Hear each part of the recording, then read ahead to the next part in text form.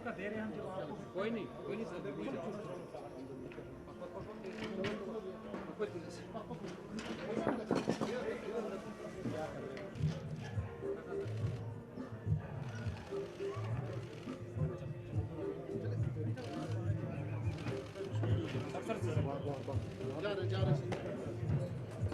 में शामिल हो जाएं।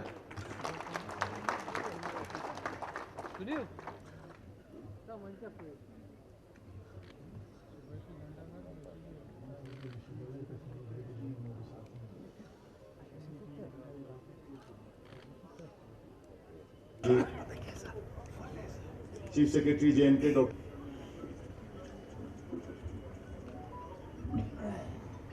Jarmi, Director Horticulture, to present a stole to our worthy DDC member.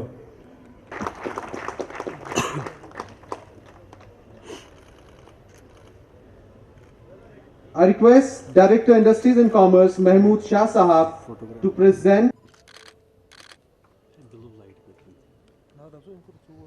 इन सब जो भी जोग्राफिकल इंडिकेशन सर्टिफिकेट्स हमें मिली हैं, जोरदार तालियों से इनका हौसला बढ़ाया जाए। जोरदार तालियों से एक बार फिर हौसला अफजाई की जाए।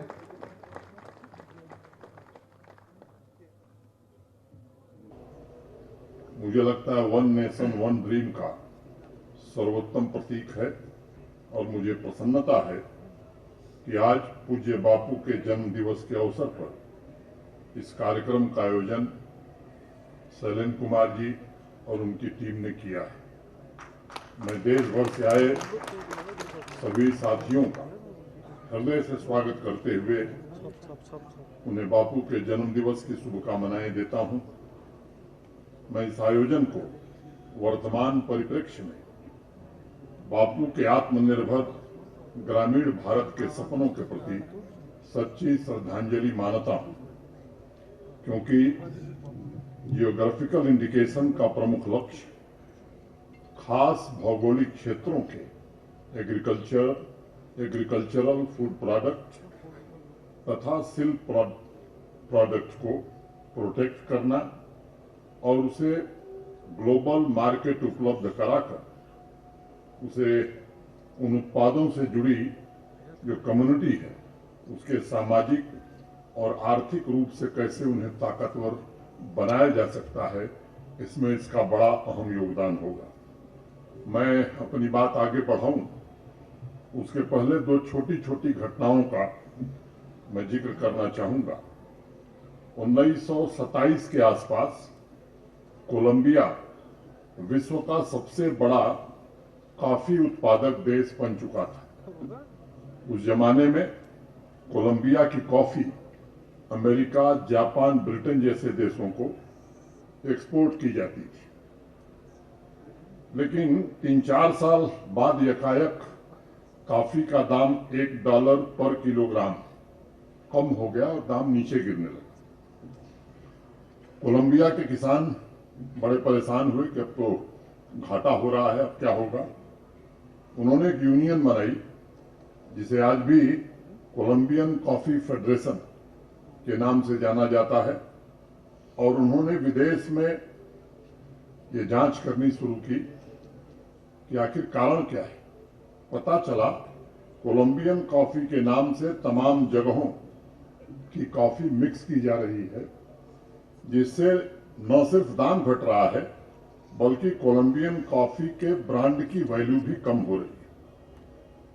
फिर फेडरेशन की मीटिंग बुलाई गई और उन सब ने मिलकर निर्णय लिया कि कोलंबियन कॉफी का एक्सपोर्ट किसानों की प्रॉफिट और उसकी ब्रांड वैल्यू तभी सुरक्षित रखी जा सकती है जब कंज्यूमर को अच्छे तरीके से ये पता हो कि इस कॉफी की ओरिजिनल जगह कोलंबिया है।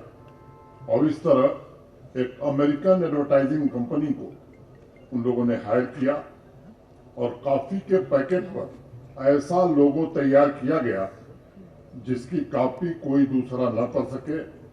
ऐसी नंबरिंग की गई जिससे कंज्यूमर को ये पता चल सके कि यह कॉफी वास्तव में कोलंबिया में ही पैदा हुई थी या वहीं पर आई थी। इसके बाद जिन देशों को यह कॉफी एक्सपोर्ट की जाती थी वहां का सर्वे किया गया और उसका जो परिणाम आया, 3 महीने के अंदर 91% की ग्रोथ सेल्स में दर्ज की गई। जम्मू कश्मीर के सैफरन के साथ भी लगभग यही हो रहा था। हमारे कालीन, पश्मीना, अनेक चीजों के साथ भी यही होता रहा है। जिन्हें मार्केट का लाभ जिन मेहनत कशों तक, जिन हाथों तक पहुंचना चाहिए था, उस पर कुछ लोगों ने मोनोपोली बना ली थी। आज नए बदलाव के साथ हस्तशिल्प एवं कृषि उत्पादों के मार्केट के क्वालिटेटिव एस्पेक्ट पर फोकस करने की पूरी तरह से कोशिश की जा रही है।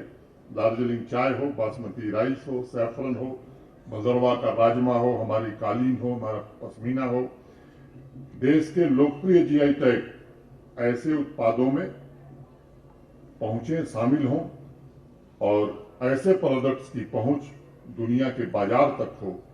और इसीलिए माननीय प्रधानमंत्री जी के वोकल फॉर लोकल और वन डिस्ट्रिक्ट वन प्रोडक्ट और आत्मनिर्भर भारत के आह्वान के अनुरूप अनेक अन्य उत्पादों को दुनिया भर के नए मार्केट में उतारने का प्रयास जम्मू कश्मीर का प्रशासन भी, खासतौर से हमारा एग्रीकल्चर, एलाइड सेक्टर और इंडस्ट्री डिपार्टमेंट मिलकर के लगातार कोशिश कर रहा है।